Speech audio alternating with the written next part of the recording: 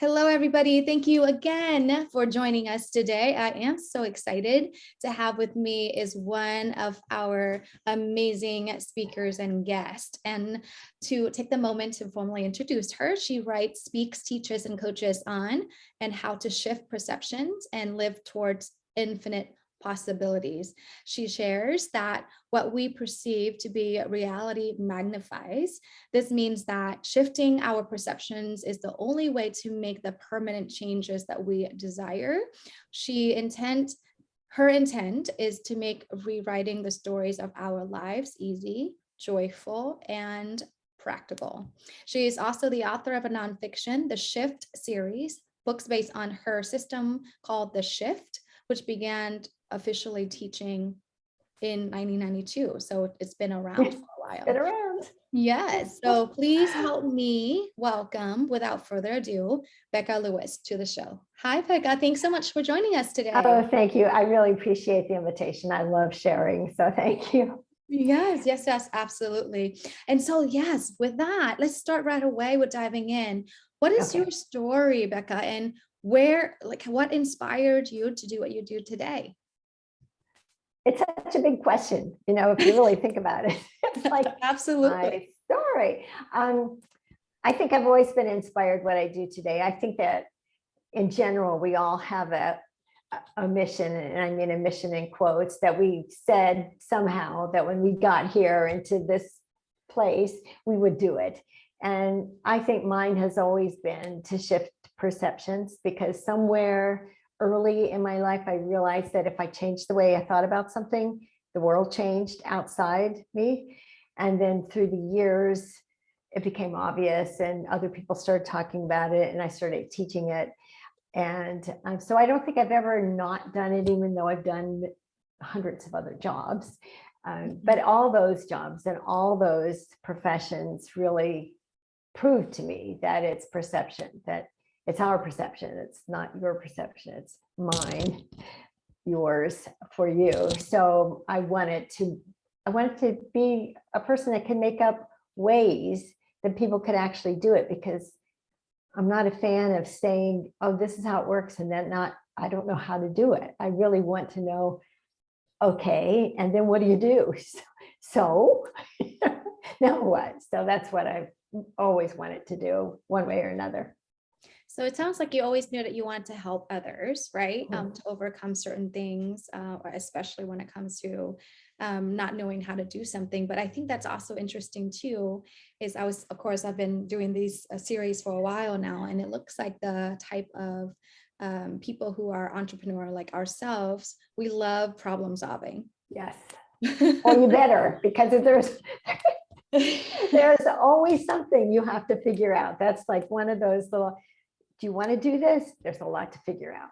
Yes, you have to like it in some way. Yes. And interestingly, that's exactly what business is all about as well, is no matter what kind of product or service that we provide, it has to help solve a problem, right? Yes. A consumer, the person has.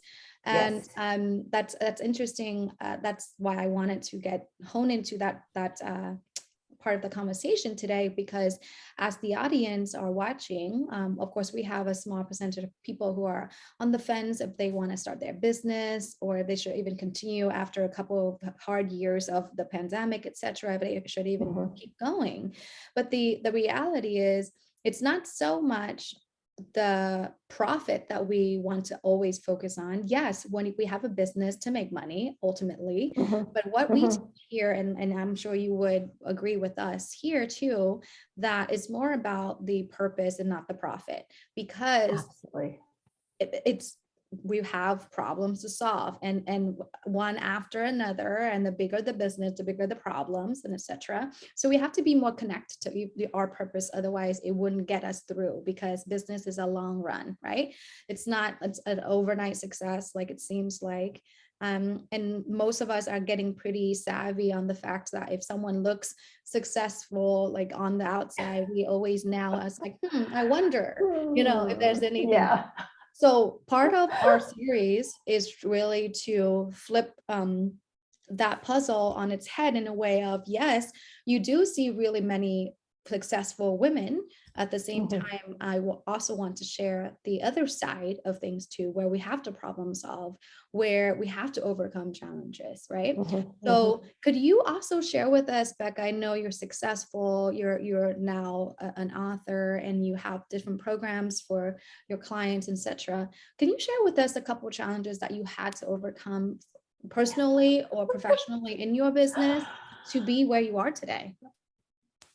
You know, I I think it's daily that you have to. I love the honest answer. It's true. It's really daily. It's like, um, I could just things that happened today that I went, oh, geez, I didn't want that to happen today. So I have to move it forward into another day or do it differently. But I think you're really talking about big challenges. But I think that it actually, it's the little challenges that add up to the big challenges. Mm, So the more I coach people and the more I teach, the more I realize people don't really have a problem with a big challenge. If you say, well, you have to learn this and it will take you 4 years to learn it, they go, oh, okay. But it's something that they don't want to do. Maybe they don't want to learn how to turn on their phone apps, or they don't know, they don't get how what we're doing works. So, or they don't want to get on video, which all of us go through, right? Like, oh, don't put me on that video. So you have to get over all that stuff. So every little thing is a challenge, but definitely I've gone through all the big challenges like divorce, and my husband took my children once and kidnapped them, so I didn't know where they were.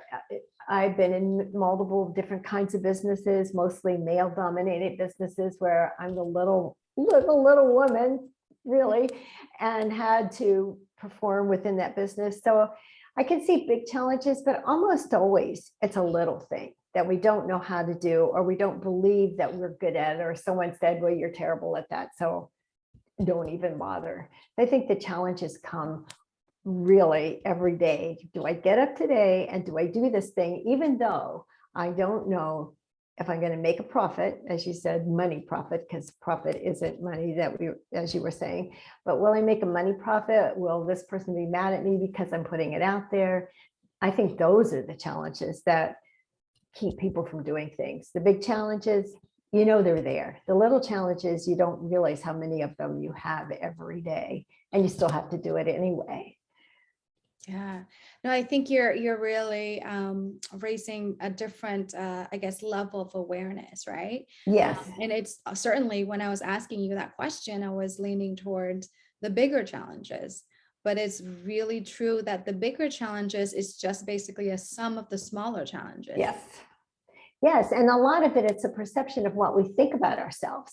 I always joke this about my mom. My mom is like 96, which so we have to give her grace, but she has refused her entire life to do anything computer wise, even though she was a secretary when she was 18. So it's not like she didn't know how, but refused. So she's never let herself believe that she's smart enough to figure it out, even though everybody wants to teach her. So that's, you know, that's an obvious thing, but we all have little things like, that we say, I don't know how to do this. I've never known how to do it. I don't get it. No one can explain it to me. And then we don't do the big thing that we want to do. So finding that help, I think, is a community like what you do, any kind of community that will help you learn those little tiny things, or step the path with you and say, well, that's okay, I'll teach you and I'll walk with you while you figure it out. I think that's the part that makes a big difference. Yes, community. I mean, I have to for sure attest to that. Like if it wasn't for a community, I wouldn't be where I am today. I mean, I wouldn't be, having this conversation, or I wouldn't even have the courage to reach out to you. I mean, it could, and once upon a time, that was always the fear when we were going out, like posting and sharing our first show. It was like, wow, how am I in the world will get 21, experts to even agree to give their time, things like that. So it's amazing that unless we can learn to overcome the smaller challenges, then when we're faced with, I feel like in the sake of our conversation, when we're faced with the bigger challenges, then it's like the normal. It's like, okay, it's like you talked about your divorce or your ex-husband kidnapping your kids, as if it was just one of the other challenges. Like it's It just no big was. deal. Yeah. I had to figure it out. But I think that what you're saying makes a big difference, that it's the end of that you said you didn't know how this was going to happen. You weren't sure it would work, but you had a bigger reason for doing it. Right. And I know that every day you say, I do this for someone other than me. And I think that is probably how you become successful, when you realize that it's not for you. It's great when it comes back to you, but it's for someone else. So every day I wake up and I say, just like everybody else, I do not want to do that today. And then I think, yeah, but there's people counting on me. Right. So I'm going to do it anyway. And I think that's one of the big secrets on getting things done, or going through those 100%. challenges. Yes, yes, yes. I always have felt, well, first of all, what I do is definitely some type of a calling, for sure. I mean, Yeah. I don't think I'm special. I don't think I'm that much smarter than any of the other experts and things like that. And I don't think I have all the answers. However, you're right. The drive and knowing that I'm a part of something bigger than myself, Mhm. which I'm like, I don't even have the intellect to grasp, but I just know that I'm supposed to be doing this, is definitely what like gets me up, every single day. Absolutely. That's why it gets me to record a podcast when I don't feel like it. It gets me to show up to do a live teaching in my Facebook group when I'm like, I just rather go to the pool today. Yes. And things Read like a book, something. Don't make me. Yes. But you'll do it anyway, because if you change one person's life, then you've, Ralph Waldo Emerson said, if one life breathes easier because you were there, then you're a success. And I think that's what we're talking about. Then you're wealthy. Yes. Then you have profit. That's the profit. 100%. Yeah, I think you've got it right. There is, yeah, it's what define your own personality, oh, not personality, your own version, your own definition of success, right? Because it's subjective. I mean, successful for me would be an incredible mom. Like, I mean, if I know I'm a great mom, that's like, I'm halfway there. Yeah, exactly. Yeah, exactly. So I think that's one thing that entrepreneurs need to still keep in mind, is that purpose is definitely much bigger than the profits that comes with it. Yes. And I think ultimately it's also what you are teaching too, is the perception that we have of ourselves. Yes, and the world. So, and the perceptions that we carry for ourselves, we've accepted. Someone else has said it to us, or we grew up in a family that said that is about us, or the worldview says this, and then we say, oh, that's my perception. But the weird thing about perceptions is they filter everything. So if you say that and you say, well, the world is a place full of pain and sorrow, then the world is full of pain and sorrow, because it filters that and gives you what you believe. So as soon as you can shift your perception to something better than that, whatever that is. I mean, I try to go to the biggest one I can think of. Not that I understand it, but I try to go to the biggest one I could think of, the best one I could think of. But if any better perception, it will shift things, because that's the way it works. And you have to bring your feelings into it too. You can't say it intellectually and go, oh, the world is fantastic. And then you go home and go, but it's terrible. It's like, okay, that won't work. You have to bring both of them together. And that's why I love tools to do that. I love the process of making ways to change my perception, because I'm like everybody else. It's a struggle for me too. I have to go, oh yeah, I got to change my perception about that. Right. So since we're right on top of it, Becca, share with us like one practical tool, right? Because you're all about getting practical and people can actually apply. So what's one tool that they can use right away to change the perception on a particular area of their life? Okay, this is so easy because I don't have to like give you a form or anything. You can just say it in your head. Right. So it's called an I choose sheet.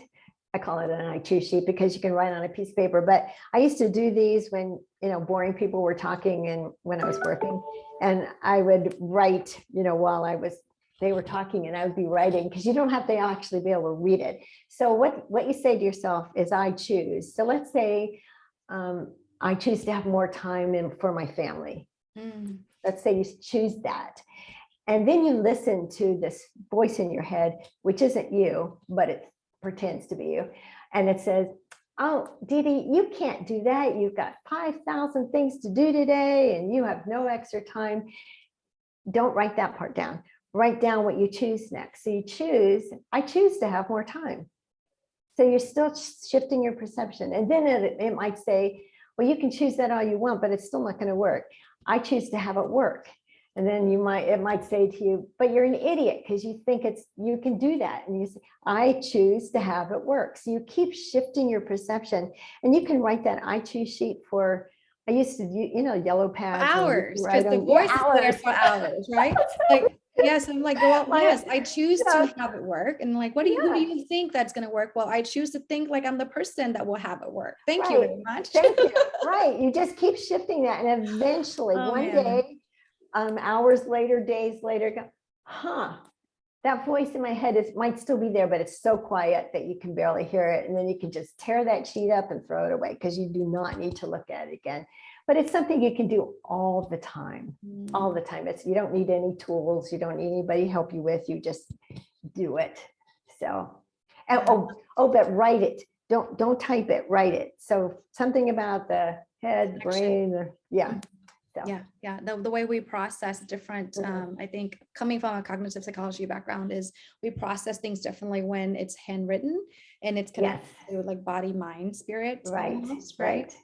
We use different parts of the brain when we're typing versus when we're writing and have to really intellectually do it. Yeah. Perfect. That's perfect. Yeah. And it's great.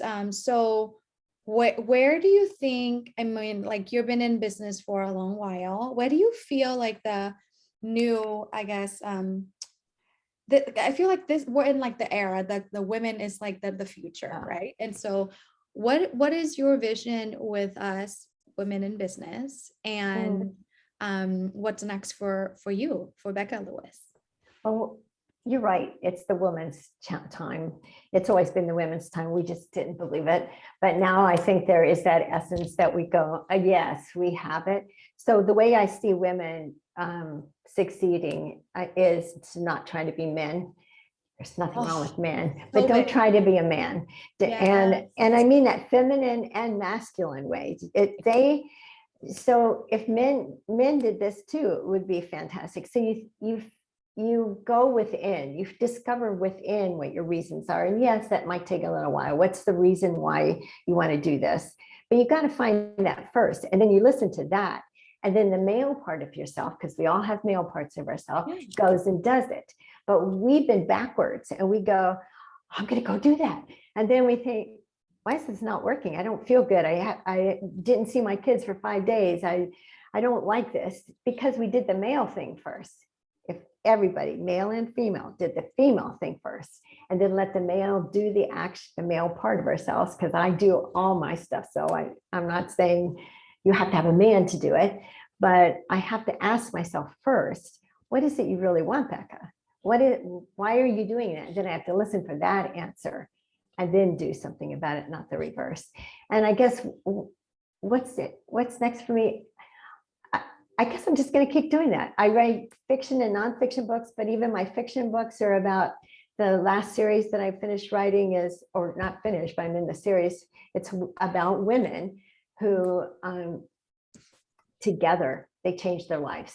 So yes, it's got mystery and all the good stuff that make a good story, but it's still about women and how women, instead of acting like men, acted like women and supported each other, and without the competition, without the need to win, just the need to support each other. Kind of makes me want to cry when I think about it.